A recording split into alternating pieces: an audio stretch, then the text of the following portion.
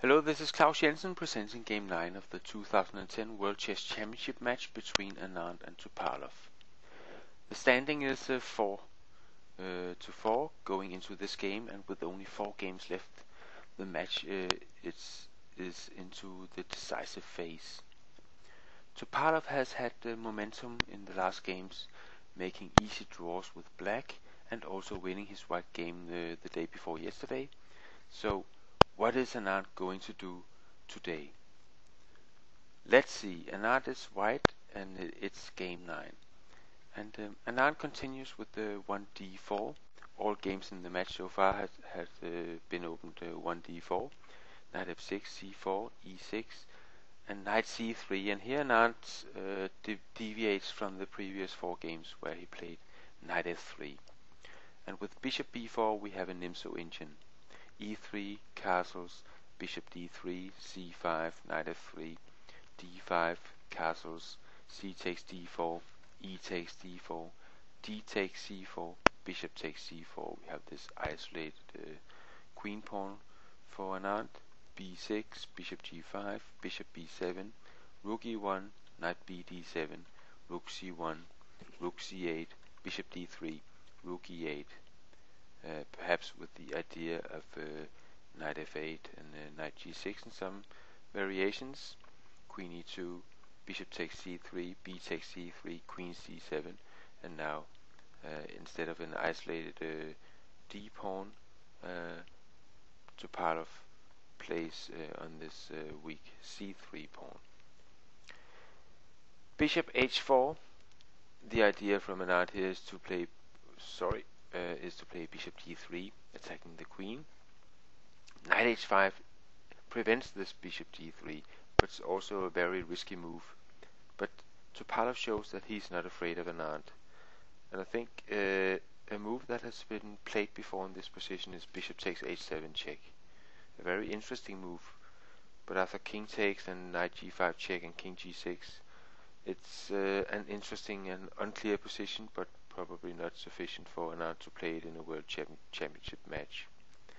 So instead Anand played knight g5, g6, knight h3, e5, and now comes a highly interesting move from Anand. He plays f3, and what he invites is for Topalov to play e takes d4, and then Anand will give up his queen for 2 rooks. Queen takes e8 check, rook takes, king g7, with a very difficult position to evaluate. But Topalov rejects this offer, at least for now. So he plays queen d6 instead. And then Anand plays bishop f2. So the offer still stands of exchanging Anand's queen for 2 rooks. And now Topalov plays e takes d4. And then comes queen takes e8, rook takes, and now it's not possible for Topalov to play king g7 in this position, because then bishop takes d4 is winning for Anand. So now Topalov has to play knight f8. And I think it's probably better for Anand to get this line than the previous one.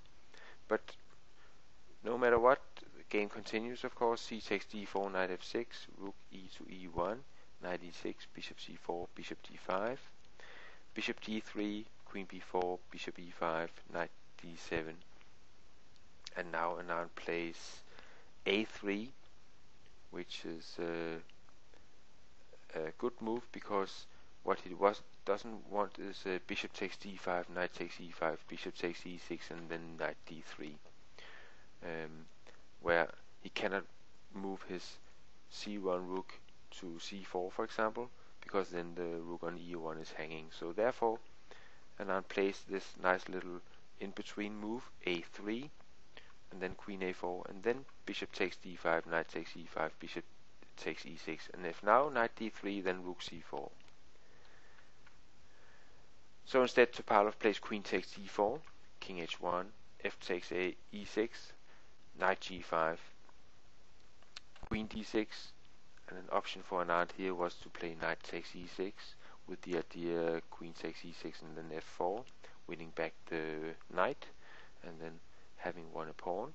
But knight e4 was played instead. Topalov takes on a3, rook c3, queen b2, h4, liberating the king. b5. Topalov starts creating counterplay with these two connected passed pawns on the queen side. Rook c8 check, king g7, rook c7 check, king f8, knight g5, king e8, rook takes h7, queen c3, and rook h8 check was played with only 3 minutes left on the clock, reaching move 40. So Anand was in a little time trouble at this point. But now he has reached the time control, and king d7 followed, rook h7 check, king c6, rook e4, putting the rook in a central square and also protected by a pawn, so he doesn't have to worry about the queen threatening this rook. b4, knight takes e6, king b6, knight f4, queen a1 check, king h2, a5, h5, good move from Anand, activating the rook if Topalov takes on h5. So the better option for Topalov was probably g5, but he took on h5, and then rook takes h5. And Anand's rooks are very active now, and Topalov's king could easily be in trouble. He will have to worry all the time of getting checkmated by these two rooks. Knight c6, knight d5 check, king b7, rook h7 check, king a6, and rook e6. Topalov has half an hour more on the clock than Anand, but now Anand has the clearly better position. The rooks are really dominating, and Topalov's knight and king are harassed from these two rooks, and the a1 queen is nothing more than a spectator right now. King b5, rook h5, threatening knight e7, winning the knight on c6.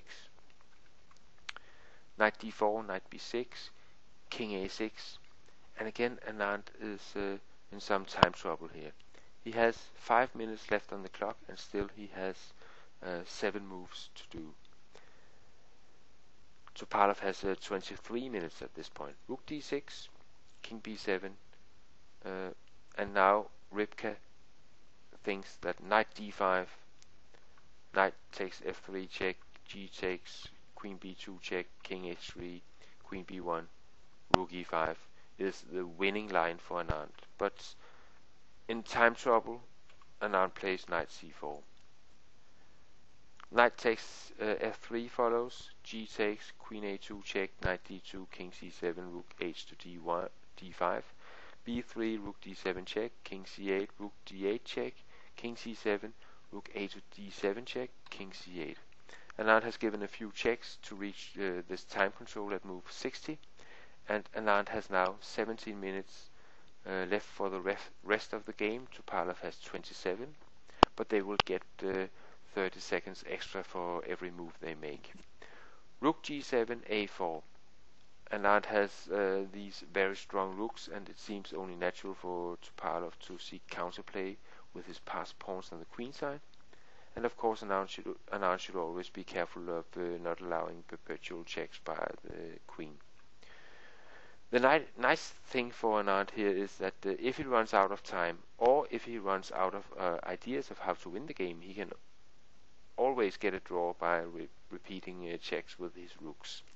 Rook c5 check, king b8, rook d5, king c8, king g3, queen a1 check, rook g4, b2, rook c4 check, king b7, king f2, b1, queening, knight takes, queen takes, rook d to d4, queen a2 check, king g3, a3, rook c3, queen a1, rook b4 check, king a6, rook a4 check, king b5, rook c2 takes a3, and now Anand has 2 rooks and a pawn for the queen, but of course Topalov is able to give checks, and this is of course a draw.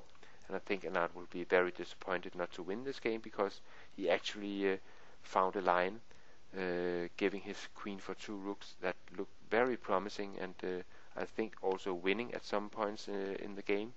But at last, time pressure prevented him from winning this game. So it ended in a draw, and it's 4.5 to 4.5 at this point. So a very interesting and exciting game. Hope you enjoyed it, and I hope to see you on my blog at klausjensen.com. Bye bye for now.